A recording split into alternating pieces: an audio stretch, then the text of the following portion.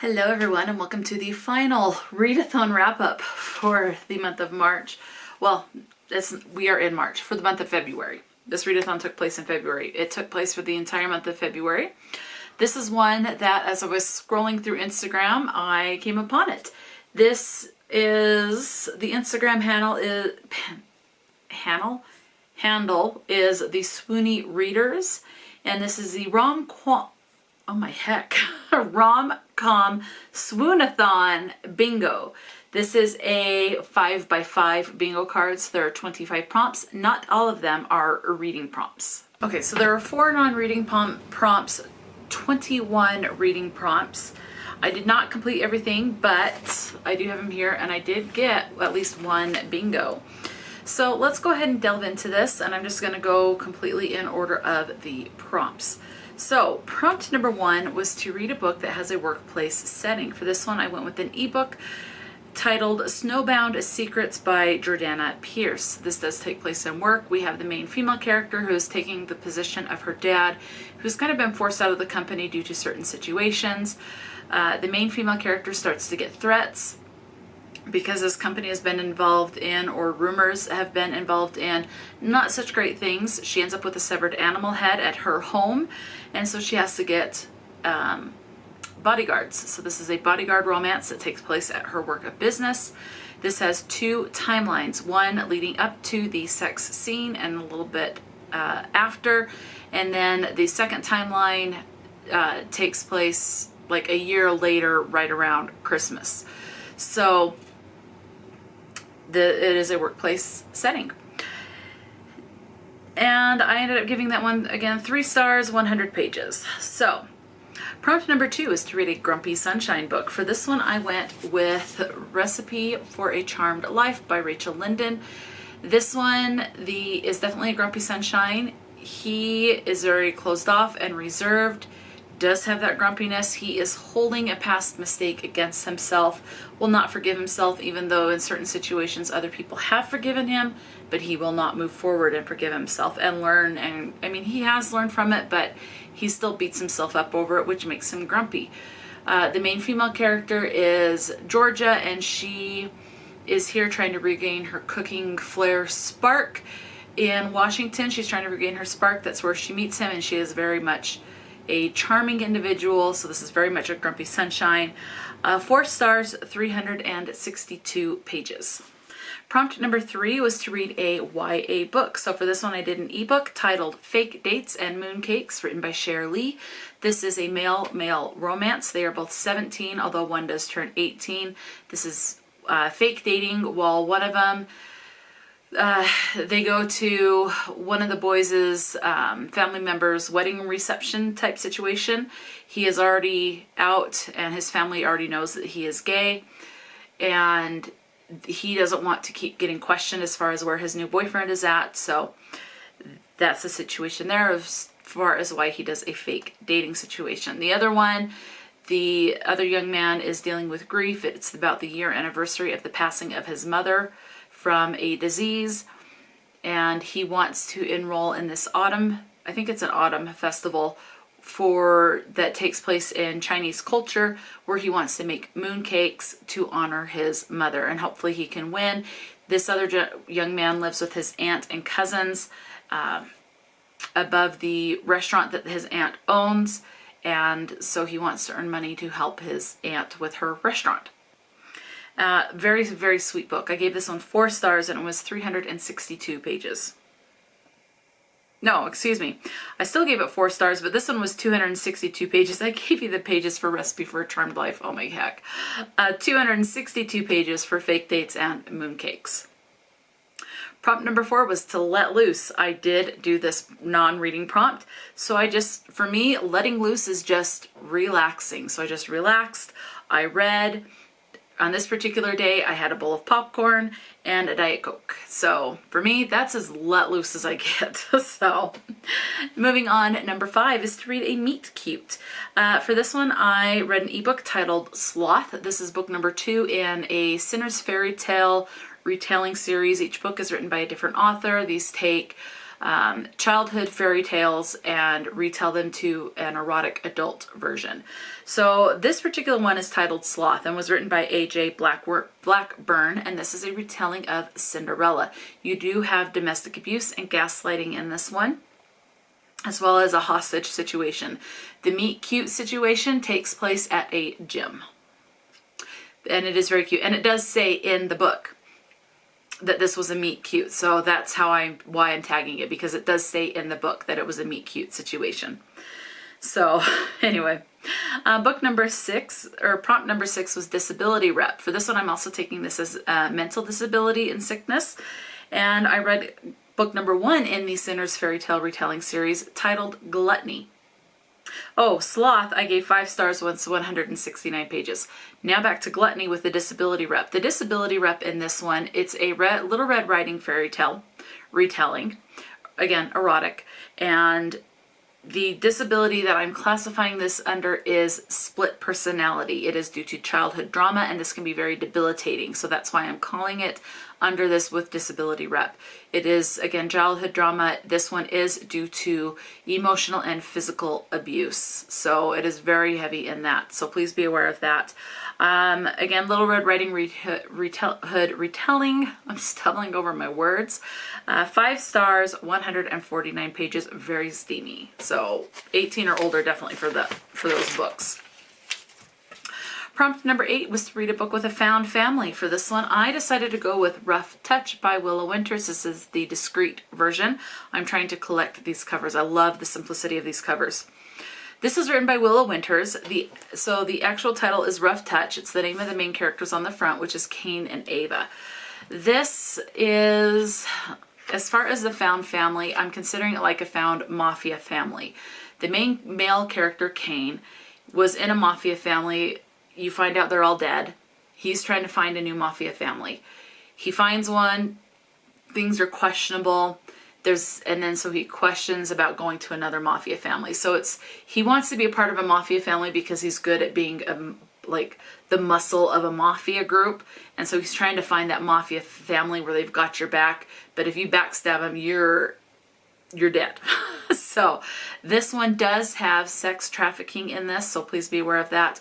It also has the touch her and die trope, or she's mine possessive trope as well, but definitely a dark romance. You also have major depression in this, with suicide, ideation, and attempt, and talk of being on medication and getting mental help from a mental doctor. So I liked that it just wasn't kind of glossed over, that it was a big part of the ending as far as getting the mental help. So I gave this one 4 stars, and it was 235 pages. Prompt number 6 was to read a book with mixed media, and I did not do this prompt. Just ran out of time. Number 10 was to write a letter. So for this one, I did write a letter. So at the start of February, like the 5th or something like that of February, unfortunately my dad passed away. He lived in Indiana. He had a bunch of strokes and developed dementia from this. And unfortunately, he ended up bedridden and just passed away.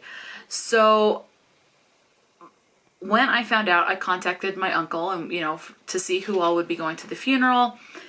I didn't know if I'd be able to go.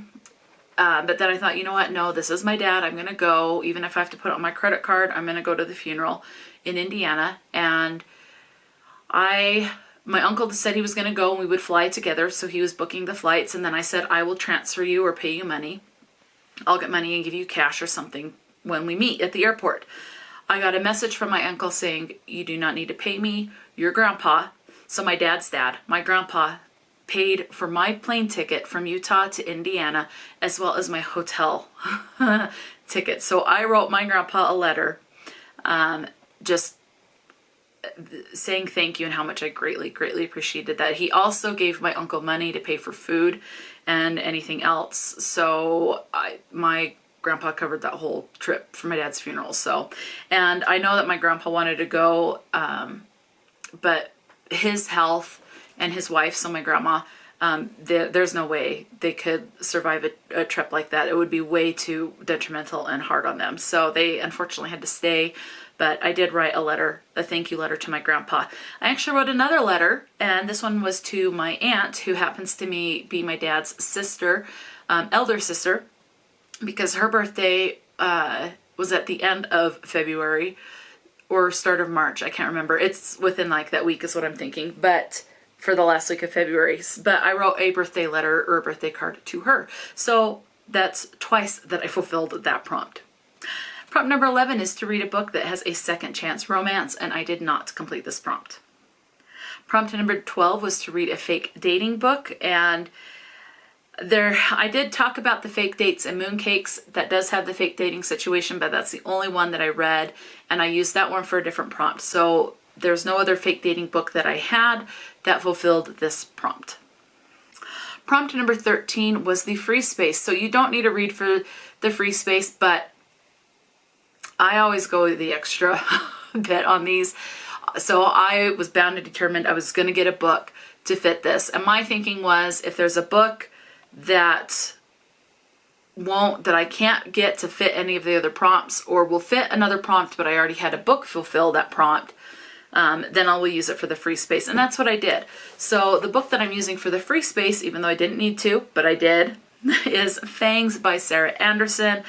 5 stars, 100 pages. This is a graphic novel romance between a vampire and a werewolf. Very sweet. It's all black and white. There are no colored images, which I'm glad, because I think with the type of story this is, it would, if the images were color, it would not add to the situation. I think just being black and white imagery, it adds to the story and the atmosphere of the book. I loved this, 5 stars. I love the work by Sarah Anderson, so I look forward to see what else she puts out there. Prompt number 14 was to read a spicy book. For this one, I read a short story called Halloween Bites. This is part of a Monstrous Mistakes series. These are all monster romances. The males are monsters. Halloween Bites, I think, is a vampire one. This one was written by Hardison Parker. These are all written by different authors. They all take place on or around Halloween. So far, all the ones that I've read in this collection start on Halloween, like Halloween morning leading up to Halloween night, where there's this big Halloween party, and then sometimes it ends the next morning or a little bit after. There's one that was like several months to a year later type of a situation, but all little short stories, and they're just kind of just little funs, and they are spicy. Prompt number 15 was to read a book with enemies to lovers, and I did not complete this prompt. Number 16, the prompt is to order takeout. While I was in Indiana, my uncles, the day we landed into Indiana, we went to Wendy's. So there we go. Prompt number 17 was to read a book with a billionaire in it, and I did not do this one. Prompt number 18 was to read a bookish book, and I did not complete this prompt. Prompt number 19 was to read a book with a school setting, and for that one I used Gothicana by Runix. This is a dark academia fantasy romance. It does get spicy. You have, I'm blanking, what is her name? Corvina was basically given a scholarship to this school. The school takes in people that have had a difficult childhood growing up, like they were abandoned or bounced around from foster home to foster home, and they give them a place and they pay for the education so they can try to, rather than keep having trouble in life and keep having difficulty putting their feet under them, so they don't end up in the same situation or stay in the same difficult life situation. They try to provide a background and footing and an education to help them better their lives for the future. So that's what the school does. It is dark academia, it is gothic, and it is spicy. I gave this one 4 stars, 392 pages. Thoroughly enjoyed this book.